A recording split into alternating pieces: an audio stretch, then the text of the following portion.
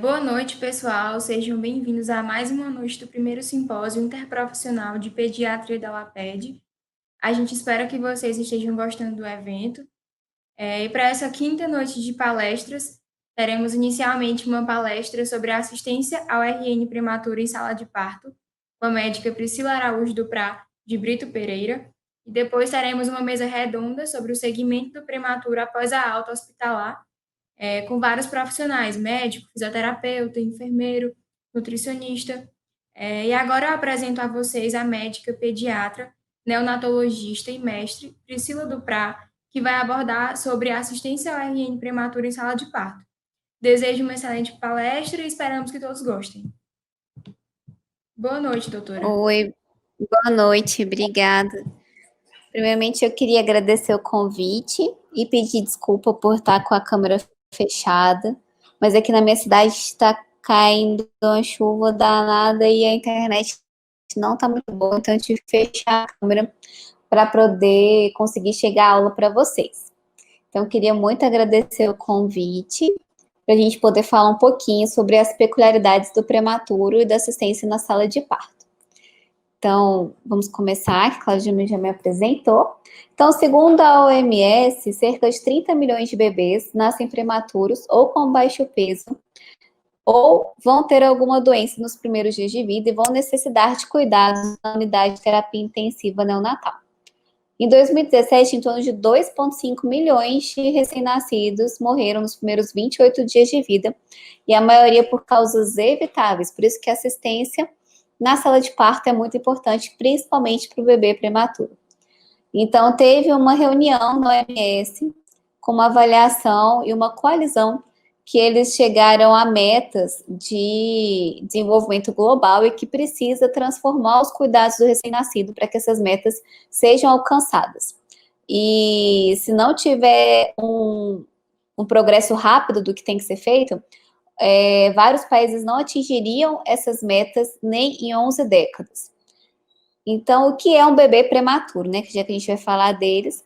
Então, essa é uma fotinha do nenenzinho prematuro no CPAP nasal dentro da UTI. Então, vocês veem, eles têm características peculiares, como a pele muito fina, quase transparente, que vocês veem essa coloração rosa.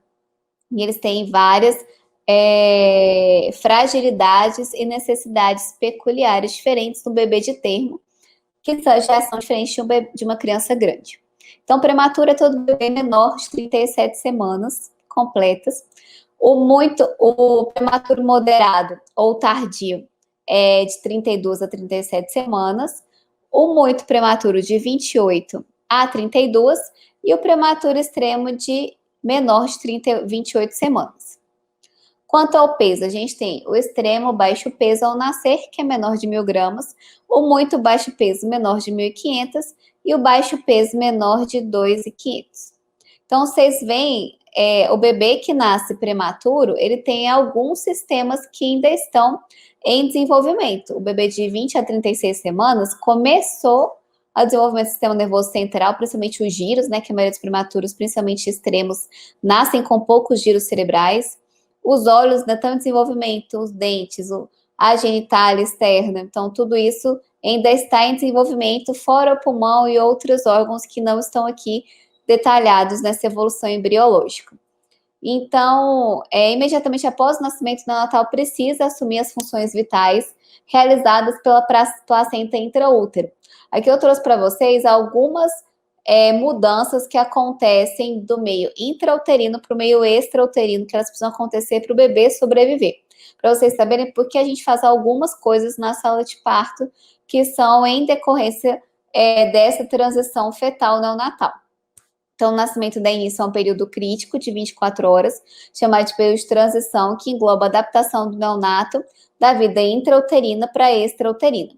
E para sobreviver fora do útero, ele precisa atravessar com sucesso esse período. E que para nascer, o bebê precisa passar por várias adaptações. Esse processo é chamado de transição fetal neonatal. É um processo biológico complexo que envolve modificações funcionais em todos os órgãos e sistemas do recém-nascido, permitindo-lhe viver separado da unidade útero-placental. Os aspectos mais importantes dessa transição são a conversão do pulmão cheio de líquido em um órgão arejado e sensível, capaz de realizar trocas gasosas com o meio externo, estabelecimento da circulação de fetal para o tipo adulto, a separação de um meio térmico estável, que é o útero da mãe bem quentinho, para o meio ambiente externo com temperatura variável, além da adaptação metabólica à vida extrauterina, formam os principais processos necessários para que a transição do bebê do útero materno para o meio ambiente. Então, essas são as principais transformações, né?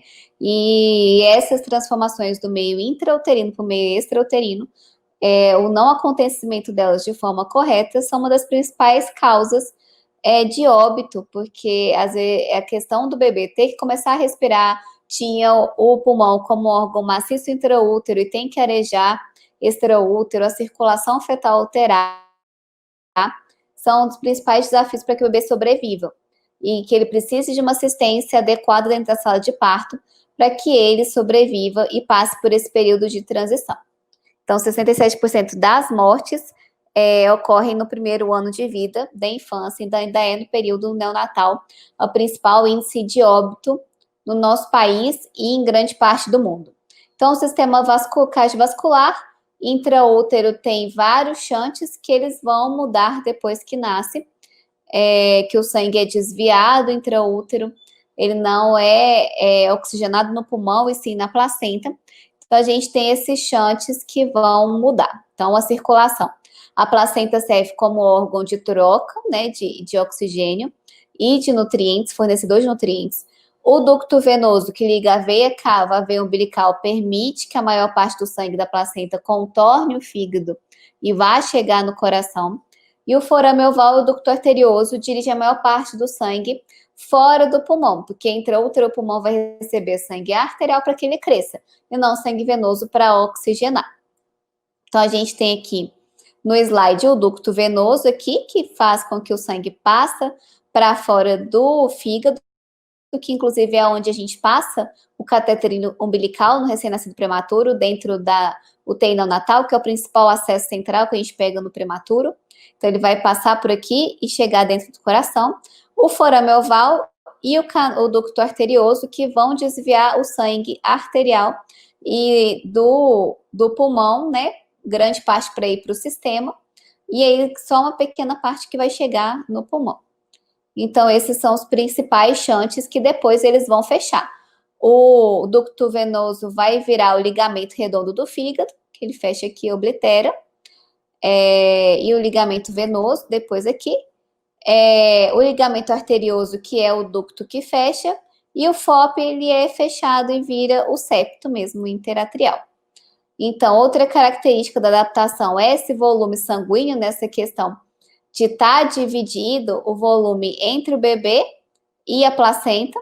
Então, por isso que o campeamento tardio é importante, inclusive nos prematuros, incentiva que ele seja feito de 30 a 60 segundos, um campeamento tardio, se o bebê respira, se o prematuro respira, para que volte essa parte da volemia que está na placenta, volte para o bebê, até para se ele precisar de intervenções hemodinâmicas, isso ajudaria, mas não tem benefício se ele não respirar. Então, esse clampamento tardio só acontece se o bebê tiver a primeira incursão respiratória.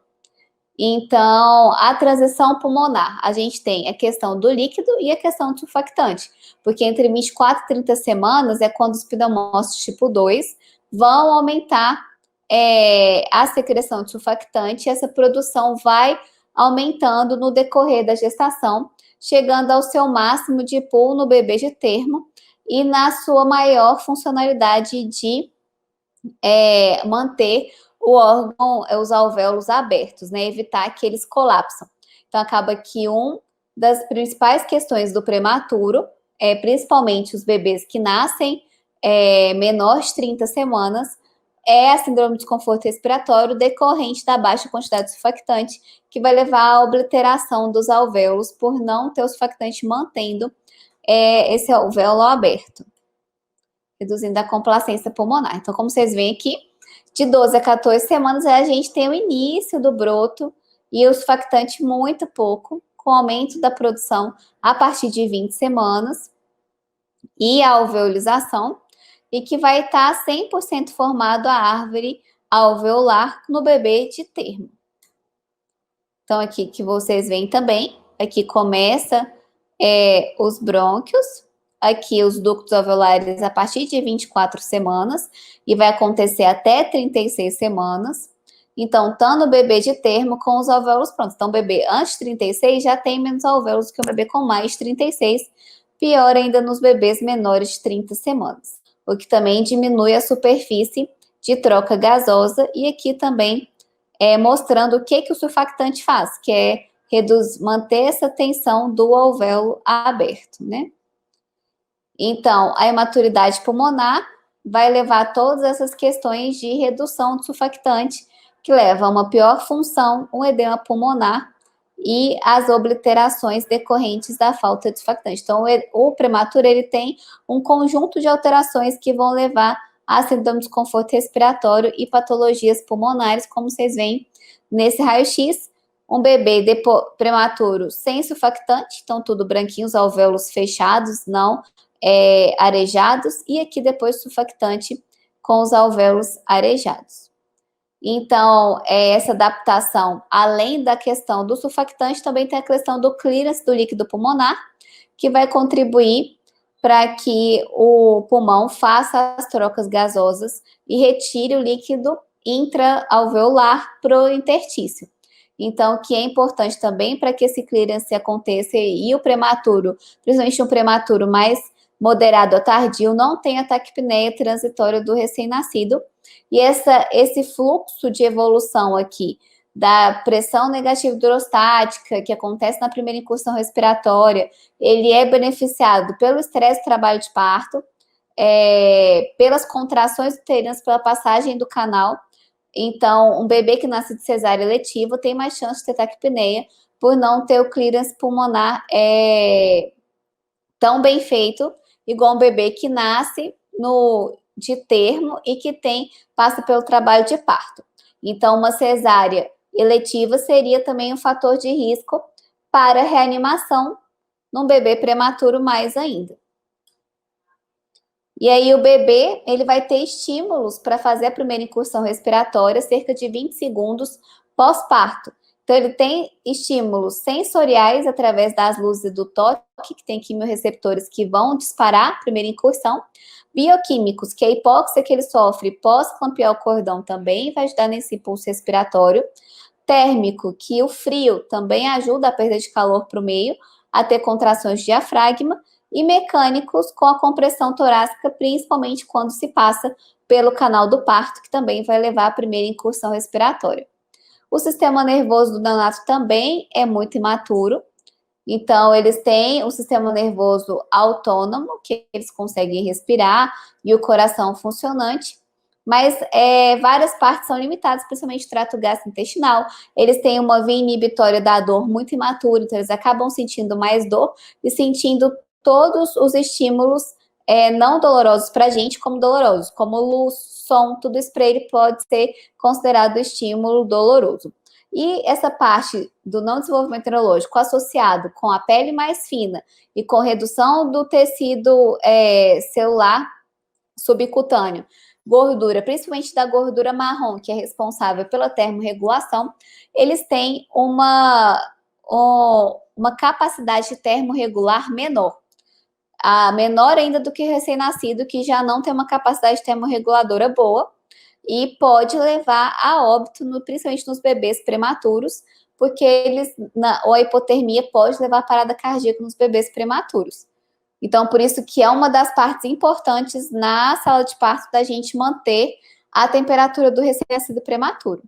Então, eles podem perder calor por evaporação, porque eles nascem molhados, por condução, se eles forem colocados em uma superfície fria, então por isso que a temperatura do berço é um berço aquecido, e a incubadora seria o melhor ambiente termoneutro para o prematuro. Então, a gente tem que garantir um ambiente termoneutro dentro da incubadora e tentar garantir também na sala de parto para que ele não perca muito calor para o ambiente. Então, esse ambiente termoneutro da incubadora seria em torno de 32 a 34 graus para manter a temperatura do bebê entre 36,5 e 37,5. Além disso, vocês vão perder também por radiação e por convecção. Convecção se tem corrente de ar, né? E radiação perde muito para paredes e janelas da incubadora, por exemplo, quando tem radiação. Então, vamos para a sala de parto de forma específica. Agora, primeiro eu quis trazer um apanhado desse mundo da transição fetal neonatal e da prematuridade, para vocês saberem o porquê que a gente toma alguns cuidados na sala de parto com o bebê prematuro. Então, o primeiro passo de qualquer sala de parto, seja bebê de termo ou bebê prematuro, é a gente saber a anamnese materna, os fatores de risco para aquele parto. Se é uma mãe com extrema de idade, se ela tem alguma intercorrência na gestação, hipertensão, diabetes, se tem infecção, se foi uma cesárea de urgência porque o bebê entrou em sofrimento, teve uma bradicardia fetal. Então, a gente vai saber histórias da mãe antes da concepção, durante a gestação e do porquê que indicou aquele parto ou porque aquele bebê foi nascer prematuro naquele momento. Outra coisa, o próximo passo, fiz a anamnese, viu os fatores de risco, eu tenho que checar todos os materiais da reanimação neonatal, porque a gente tem o famoso minuto de ouro, que é 60 segundos que eu tenho para começar a reanimação do bebê. Então, tudo tem que estar ao meu alcance na hora da reanimação, se eu precisar. Então, a gente sempre vai checar o material e também deixar a equipe pré-estabelecida na hora que o bebê for nascer. Então, qual que é a equipe para uma sala de parto de um bebê prematuro? Para vocês verem a diferença de como é um bebê de termo. Um bebê de termo que nasce sem fator de risco, o curso de reanimação neonatal, a sociedade, chega a cogitar a possibilidade de um profissional de saúde treinado poder assistir esse bebê, não necessariamente um médico. O ideal é que tenha um pediatra em todas as salas de parto, mas a gente sabe que o nosso país é muito grande, às vezes isso não é possível. Então, que pelo menos um bebê de termo, sem fatores de risco, possa nascer com um profissional de saúde treinado para reanimá-lo se necessário. Um bebê de termo que tenha fator de risco já precisa ter pelo menos um médico na sala de parto, na assistência, de preferência um pediatra também treinado. O bebê prematuro, ele tem que ter de 2 a 3 profissionais, no mínimo um pediatra, mas normalmente nos protocolos de hospitais, principalmente terciários, universitários, a gente acaba tendo pelo menos 2 pediatras e sempre neonatologistas para assistir esse bebê prematuro na sala de parto, porque se ele precisar de intubação, cateterismo umbilical e manobras avançadas, a gente tem mais de um profissional para poder assistir esse bebê. E aí, antes de começar, o líder vai dividir a tarefa de todos. Quem vai ficar na cabeça do bebê, que normalmente é o líder, que vai fazer a parte de ventilação e massagem. Quem vai cateterizar o umbigo, se precisar. Quem vai anotar as medicações, igual numa parada do PAUS, do ACLS, de uma criança maior fora da sala de parto. Então, normalmente, como vocês veem à disposição aqui no berço, a gente tem todos os materiais montados aqui na parede de assistência ventilatória e de aspiração. Normalmente, a gente vai ter o enfermeiro, um médico que é o de via aérea, que é considerado o líder, né, que fica na cabeça do bebê, e o outro médico para auxiliar nos procedimentos, principalmente se precisar cateterizar umbigo e demais procedimentos médicos. Então, como que é o fluxograma de um bebê menor de 34 semanas? Só para falar para vocês que o curso de reanimação neonatal, a gente divide os prematuros, a reanimação seria padrão para os menores de 34 semanas. Isso é o protocolo de 2016 que deve mudar. Os Estados Unidos já mandou para a gente as primeiras alterações e deve mudar oficialmente no final do ano que vem o curso que a gente fornece. Então, por enquanto, é menor de 34 semanas e todos eles seguem o mesmo fluxograma. Então, nasceu um bebê menor de 34 semanas, que está respirando e chorando, e o tônus é bom, que são as duas perguntas que a gente faz agora, que está aqui, que é a avaliação do bebê. A gente vai fazer o clampeamento tardio, que eu falei para vocês, 30 a 60 segundos, levar o bebê, dependendo do tamanho da prematuridade, é possível recepcionar sobre ventre materno. Se for um bebê prematuro moderado a extremo, isso aqui já fica muito inviável por conta das questões de necessidade de perda de calor, de colocar no saquinho plástico. Então, acaba que isso aqui só é possível para um bebê próximo mesmo das 34 semanas. E muitas das vezes a gente não consegue fazer o contato pele a pele do bebê prematuro. Se o bebê tiver qualquer um desses sinais ausentes, não estiver respirando nem chorando, ou hipotônico, ou então tiver fatores de risco importante, como nó verdadeiro de cordão, placenta prévia, descolamento prematuro de placenta, a gente vai clampear imediato e levar o bebê para a mesa de reanimação. Então, o que a gente tem que fazer, que são os passos iniciais? O que a gente é focado? Os primeiros 30 segundos são esses passos iniciais. Prover calor, que é manter a normotermia. Então, levar para o berço aquecido, colocar no saco plástico, secar a cabecinha, colocar a touca. Então, eu vou estar, todos esses passos iniciais, eu vou estar aqui na normotermia. Monitorizar o bebê e avaliar, né? Manter as vias aéreas pérvias, que a gente vai posicioná-lo e avaliá-lo. O que a gente tem que manter? Como que é essa manutenção da normotermia feito aqui no bercinho aquecido? Então, a gente tem que manter a temperatura axilar do bebê entre 36,5 e 37,5. A sala tem que estar com uma temperatura de 23 a 26, então não pode estar com o ar-condicionado muito frio. Garantir o funcionamento do berço aquecido, que é o calor radiante, e recepcionar o bebê em berços aquecidos. Além disso, a gente vai colocar ele no saco plástico, no que colocar no berço aquecido, secar a cabecinha, colocar a touca, porque o polo cefálico é uma das maiores superfícies do corpo do bebê e que também muito vascularizado, então que mais perde calor. Então, no bebê prematuro, a gente tem que botar a touquinha térmica e nos bebês menores de 1.000 gramas pode-se usar, inclusive, um colchão térmico embaixo para manter essa temperatura. Então, eu tenho bebê, nasceu menor de 34 semanas, eu vou fazer os passos iniciais em 30 segundos, que é prover calor, colocar no saco plástico, a touca, monitorizar, posicionar a cabecinha, aspirar boca e nariz se necessário e reposicionar.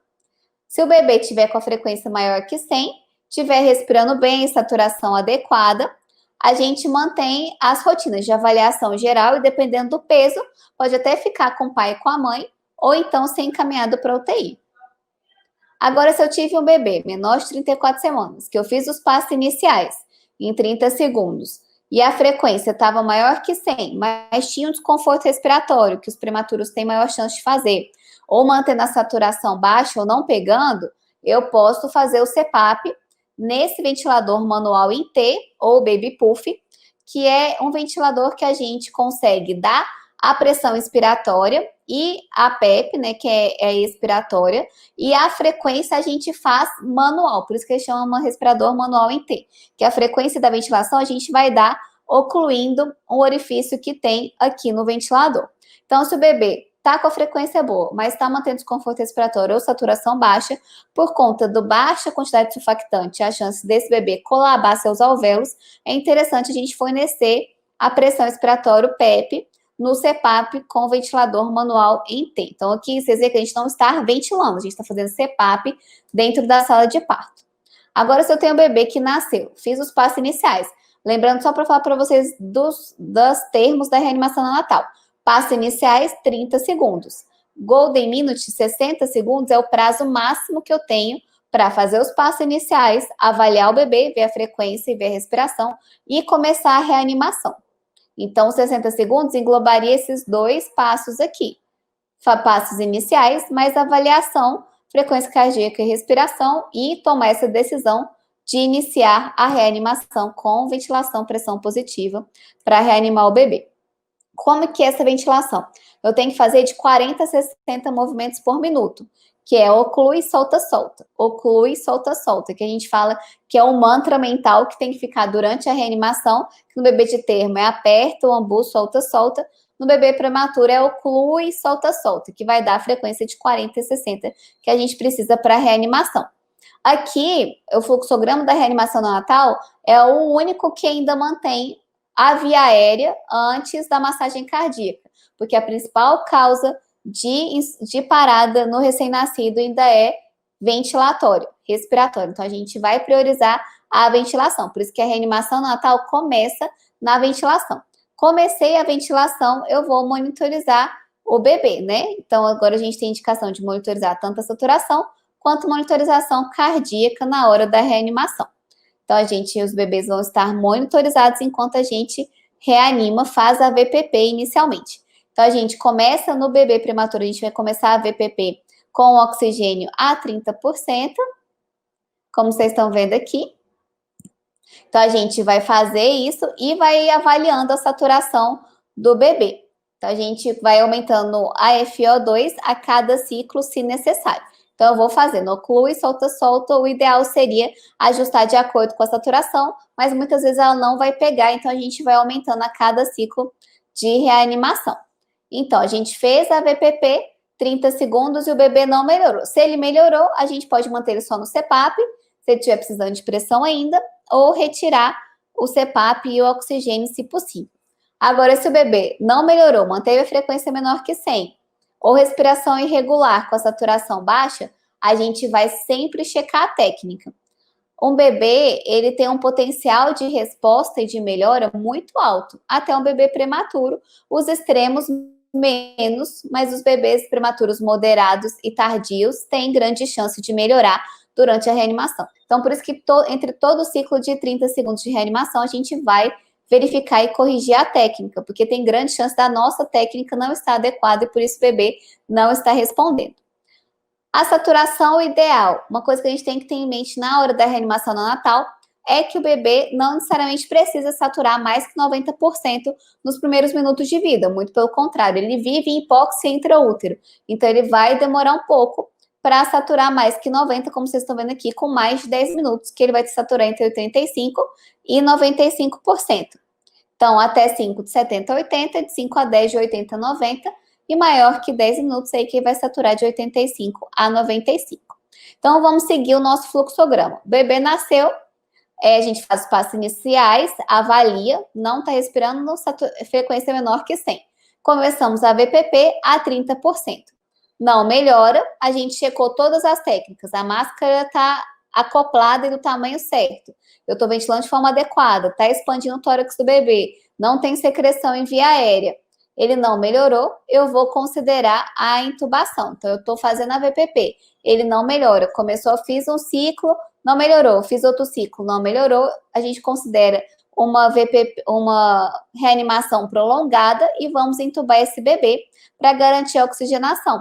Porque a oxigenação é muito importante nesse momento, que o período de hipóxia, a cada 30 segundos que o bebê fica em hipóxia, aumenta em 16% a chance de mortalidade e de comorbidade, de sequelas desse bebê. Então, quando que a gente vai intubar? Quando a ventilação com a máscara não é efetiva, então a gente corrige, não melhora, o bebê continua com a frequência menor que 100, ou a saturação e a respiração irregular. Quando ela fica prolongada, né, a gente faz mais de um ciclo e esse bebê não assume o drive respiratório, ele pode, por exemplo, melhorar a frequência cardíaca, mas você está lá fazendo um VPP e ele não começa a assumir o drive respiratório sozinho, isso também é uma indicação de intubação. E quando a gente vai começar a massagem cardíaca, aqui também, como eu falei para vocês, como a via aérea é muito importante na reanimação neonatal, aqui a gente vai começar a massagem apenas após garantir a via aérea perde. Então, após a intubação e confirmação de que a intubação está adequada, porque muitos bebês, às vezes, vão melhorar a frequência no que você intuba e garante uma ventilação adequada. Então, a gente vai passar, então, para a VPP com a cânula, faz 30 segundos. Se o bebê melhorou, está com a saturação adequada, a gente estuba sempre que possível e mantém o bebê em CPAP, se for necessário, e ajusta a oferta de O2 de acordo com a saturação. Se a gente faz a VPP com cânula por 30 segundos, a frequência continua menor que 100, respiração irregular ou saturação baixa ou não detectável, a gente sempre checa a técnica. Vou ver se ele realmente está entubado, se a posição da cânula está adequada, se tem secreção na cânula ou não, se tem oxigênio, a fonte de oxigênio está funcionante, se meu ventilador manual está dando pressão. A gente sempre checa a técnica antes de passar para o próximo passo. Agora, se eu tenho um bebê que está seguindo o fluxograma, estava com frequência menor que 100, e eu intubei, não melhorou, ou então no meio da intubação, após a intubação, em qualquer momento da reanimação, a frequência foi para menor que 60. Então, frequência menor que 60 é indicação de massagem coordenada com a VPP. Então, no recém-nascido, a gente não espera ele parar para começar a massagem. A gente começa a massagem com frequência menor que 60 batimentos por minuto. Então, esse bebê, a gente vai seguir os fluxos, né? Então, bebê prematuro, fiz os passos iniciais, frequência cardíaca menor que 100, não respira. Ou está respiração irregular. Fiz VPP, não melhorou, continuou com a frequência menor que 100. Intubei, também não melhorou, muito pelo contrário, fez a frequência menor que 60. Aí eu vou iniciar a massagem cardíaca, já está entubado. Se eu for indicar massagem cardíaca sem estar entubado, eu vou entubar antes. Por exemplo, um bebê nasceu, avaliei a frequência cardíaca, já estava menor que 60 na hora que ele nasceu. Vou entubar de cara e massagear? Não, a primeira coisa que eu faço é tentar ventilar. Vou ventilar esse bebê com a máscara e com o ventilador manual em T. Ventilei 30 segundos. Ele não melhorou a frequência cardíaca, continua menor que 60, aí eu vou entubar e indicar massagem cardíaca. Sempre que eu começo a massagem cardíaca, como muito provavelmente eu não vou conseguir aferir a saturação de oxigênio, eu vou manter a FO2 fornecida para o bebê a 100%. A frequência cardíaca, fiz um ciclo. Lembrando para vocês que o ciclo, quando a gente passa para massagem, ele passa a ser de 60 em 60 segundos. Antes, o ciclo de ventilação era de 30 em 30 segundos, agora o ciclo passa para de 60 em 60 segundos. Então, fiz 60 segundos de massagem coordenada com a ventilação. Como que é a reanimação, massagem, ventilação em neonatologia? I1, I2, I3 e ventila. Então, a gente faz 3 compressões para uma ventilação. Então, I1, I2, I3 e ventila. Vou seguindo nesse fluxo até dar 60 segundos de reanimação. Quem controla a massagem é o líder que está na cabeça do bebê. E ele também vai falar I1, I2 e I3 e pede para o colega que está na lateral ventilar, que ele que vai estar no ventilador agora depois do bebê entubado. Fiz um ciclo de 60 segundos, a frequência continua menor que 60, a gente vai avaliar, cateterizar o umbigo e fazer adrenalina endovenosa. Então, essa é a sequência final da reanimação até a massagem cardíaca e o cateterismo venoso e a adrenalina. Então, a gente vai cateterizar o umbigo e fazer dose de adrenalina a cada 3 a 5 minutos. A gente faz uma dose de 0,01 a 0,03 miligramas por quilo de adrenalina diluída, 1 ml de adrenalina para 9 ml de soro fisiológico, igual a gente faz no pulso também, a mesma diluição. Fiz a adrenalina, continuei a reanimação I1, I2 e 3 e ventila de massagem coordenada com a ventilação. A gente vai pensar em fazer expansão nesse bebê também, que vai expandir em torno de 10 ml por quilo, de forma lenta, se necessário, principalmente se a gente tiver relatos de que a mãe perdeu sangue, uma DPP, um descolamento prematuro de placenta, que ela perdeu muito sangue. No prematuro, essa expansão deve ser feita com mais cautela, porque pode levar a hemorragia intracraniana, então, normalmente, a gente acaba ficando mais na adrenalina e expandindo quando tem esses sinais de perda volêmica durante o nascimento, o trabalho de parto. Então, a gente vai repetir a adrenalina a cada 3 a 5 minutos e continuar a massagem, revendo a frequência do bebê e se ele voltou a cada 60 segundos, que são o ciclo. Quando parar? Quando parar, deve ser avaliado pelo profissional de saúde, de acordo com a experiência deles. Em teoria, a gente no curso fala que é em torno de 10 minutos de assistolia em reanimação adequada. Então, se o bebê está a 10 minutos parado em assistolia, a gente pode, na maioria das vezes, parar a reanimação. Se esse bebê não ficou em assistolia, ficou com a frequência menor que 60, mas não ficou em assistolia em momento nenhum, a gente não tem consenso de quando parar. A maioria desses bebês que tem frequência menor que 60, mas não param essa assistolia mesmo, eles acabam sendo encaminhados para a unidade de terapia intensiva neonatal para avaliar outras comorbidades, o porquê de não voltar e eventuais novas drogas, não só a massagem. Então, o fluxograma é esse e pararia aí no cateterismo umbilical, adrenalina, talvez soro fisiológico para expansão se necessário, e as ciclagens de massagem com ventilação 3:1, I1, I2 e 3, e ventilo. Agora, que a gente sempre tem que falar a questão de viabilidade, que às vezes muitos vão deparar com isso. Estou num plantão e chegou um bebê nascendo.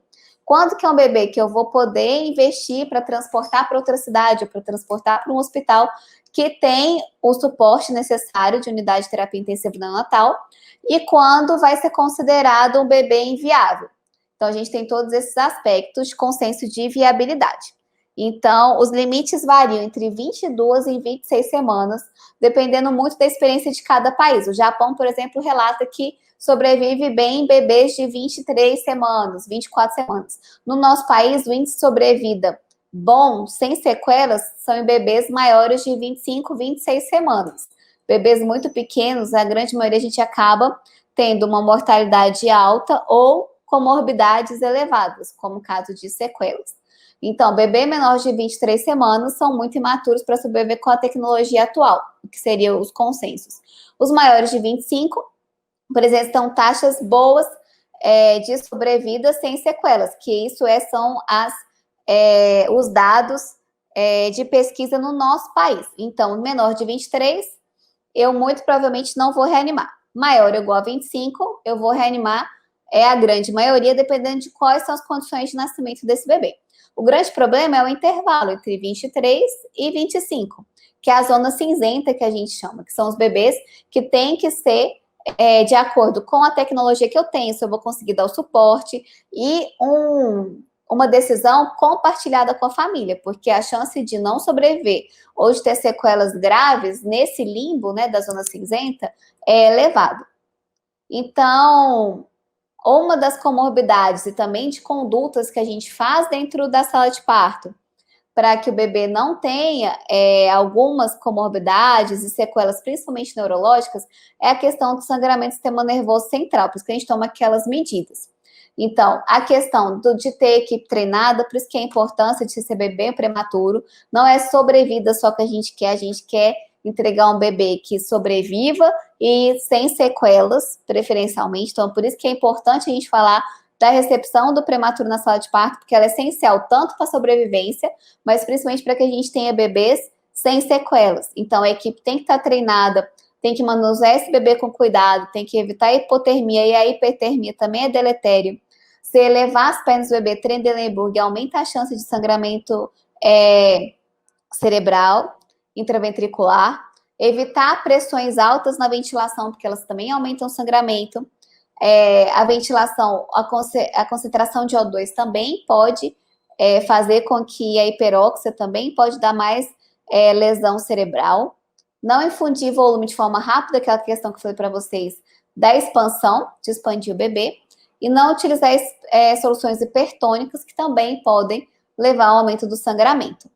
Então, é isso, assim, com a questão da normatização, desse consenso da OMS, que é muito importante isso que a gente está falando aqui, num evento tão grande, voltado para a pediatria, muito para a pediatria geral, e eu vim falar de um tema tão específico, mas que realmente é muito importante a gente falar cada vez mais desse nosso tema, da reanimação, da sala de parto, da importância da assistência ao recém-nascido e ao neonato, porque a gente ainda tem uma taxa de mortalidade muito elevada no nosso país e uma taxa de asfixia também muito elevada.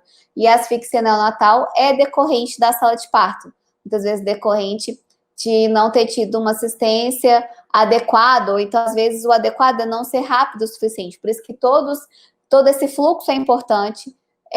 A questão da equipe bem treinada, a questão de todo o material estar disponível, do bebê, principalmente o prematuro, nascer num hospital terciário, porque ter que transportar esse bebê aumenta muito a chance de mortalidade e de comorbidades. Então, é muito importante a gente falar cada vez mais sobre esse assunto para que esses bebês sobrevivam cada dia mais e sobrevivam bem, porque nosso objetivo é que eles sobrevivam sem sequelas. Então, esse aqui é um pedaço dessa publicação do OMS de 2018, que é um relatório, uma coalizão que enfatiza que chegou a hora dos países garantirem investimento e recursos legislativos, médicos, humanos e financeiros a fim de transformar esse direito da assistência da criança, de todos os recém-nascidos terem direito à assistência de alto padrão de cuidado de saúde, uma realidade mundial. A gente precisa ter recursos para que esse direito seja garantido, e que a gente sabe muitas vezes que ele não é garantido por falta de recurso mesmo e por falta, às vezes, de humanos, né? De ter médicos em todos os cantos do nosso país, que é muito grande, por exemplo. Então, é isso. Eu queria muito agradecer vocês. Aí tá o QR Code do meu Instagram e do Instagram que eu sou Madrinha Med. que também é voltado mais para alunos, que são feitos por alunos de medicina, né? Se vocês quiserem ver temas de PED e como é a vida do neonatologista, também tem, que eu falo e compartilho um pouquinho por lá sobre esses assuntos de pediatria geral e neonatologia. Queria mais uma vez pedir desculpa por estar com a câmera fechada. Espero que vocês tenham gostado da aula, aprendido bastante um pouquinho sobre esse mundo da prematuridade e da reanimação neonatal. A gente queria agradecer à senhora, doutora, por ter aceitado o nosso convite e ministrar essa palestra. Temos pessoas elogiando a sua palestra, né, aqui no chat. E teve gente que perguntou se a senhora poderia disponibilizar o slide para a gente. Claro, claro. Pronto. Obrigada mais uma vez por ter aceitado o nosso convite. Pessoal, às 19h20 iniciaremos a mesa redonda. Mais uma vez, obrigada, doutora. Obrigada, boa noite.